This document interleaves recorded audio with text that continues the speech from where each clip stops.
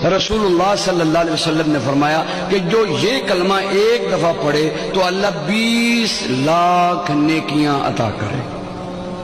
کتنی نیکیاں بھی؟ 20 لاکھ نیکیاں۔ سبحان اللہ، یہ بہت بڑے تاجر کو بھی ایک دن کی کمائی 20 لاکھ تقریباً نہیں ہوتی ہوگی، تو وہ کوشش کے ساتھ پہنچ جائے تو پہنچ جائے۔ یہ 20 لاکھ، آپ کتنے خوش قسمت ہیں، یہاں 2 گھنٹے بیٹھے ہیں اور 2 گھنٹوں کی برکات یہ ہے کہ جب آپ اٹھ کر جائیں گے تو آپ کے جنت کے بینک میں 20 لاکھ نیکیاں اللہ جمع کروا دے گا۔